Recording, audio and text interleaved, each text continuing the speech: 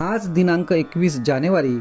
आजच्या प्रवचनाचा विषय नामाचा अनुभव.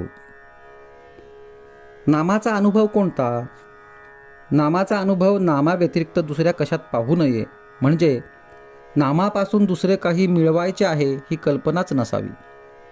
नाम मुखी येते हाच नामाचा अनुभव.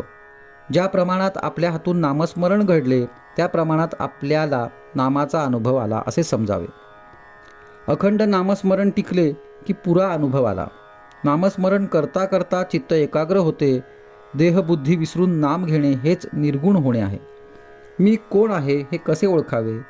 मी कोण आहे हे ओळखायला जडाने म्हणजे वाचेनेच नाम घेण्यास सुरुवात करावी आणि ते नाम अखंड घेण्याचा प्रयत्न करावा. मग ते मनाने आतल्या आत होऊ लागते.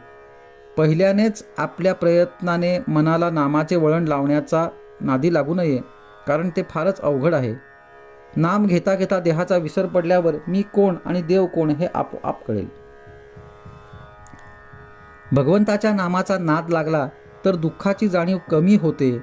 दुःखाची जाणीव नसल्यावर दुःख असले म्हणून बिघडले कुठे? काळोख्या रात्री जशी काठी आधार असते तसे संसारात नाम आहे. खाच खळगे काठीच्या योगाने टाळता येतात, तसे मोह, लोभ इत्यादी संसारातल्या अडचणी नामाने समजतात आणि दूर करता येतात. विस्तवाजवळ तूप ठेवले की ते वितळते, तसे नामाची शेगडी ठेवली की अभिमान वितळलाच पाहिजे. हाच नामाचा अनुभव. पण लोक नामाबद्दल ऐकूनच घेत नाहीत. जर कोणी ऐकून घेतले तर ते बिंबवून घेत नाहीत, त्याचे मनन करीत नाहीत आणि मनन करून ज्यांना ते पटेल ते पटले असूनही नाम घेत नाहीत. अडचणी असल्या तरी नाम घेता येते, म्हणून नामस्मरण न करण्याबद्दल सबबी सांगू नका. सबब सांगितली की त्यापासून लबाडी उत्पन्न होते.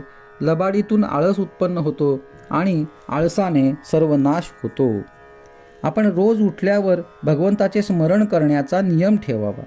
स्नान वगैरे गोष्टी झाल्या तर कराव्याच, पण त्यांच्या वाचून अडून बसू नये. भगवंताचे स्मरण हे मुख्य आहे. अखंड नामस्मरण ठेवायला सोवळ्या ओवळ्याचे बंधन नाही. अखंड स्मरणच सोवळे आहे. उपासना कोणतीही असली तरी नामाशिवाय ती पचनी पडत नाही. महत्त्व नामाला आहे. निरनिराळ्या देशातले अन्न निरनिराळे असू शकते, पण ते पचविण्याकरिता लागणारे पाणी इथून तिथून सर्व सारखेच. पाण्याशिवाय कोणतेही अन्न पचणार नाही. त्याप्रमाणे उपासनारूपी अन्नाला पचविण्यासाठी नामरूपी पाण्याची जरुरी आहे. म्हणून नामाला महत्त्व देऊन ते सतत घेण्याचा अभ्यास करावा. कसाही प्रसंग आला तरी नामस्मरण सोडू नका. त्यातून परमात्मा हात देईल. आजचा सुविचार. नाम घ्यायला स्वतःचाच आडकाठी असते. ती दूर केली तर नामाचा अनुभव आल्या वाचून राहणार नाही.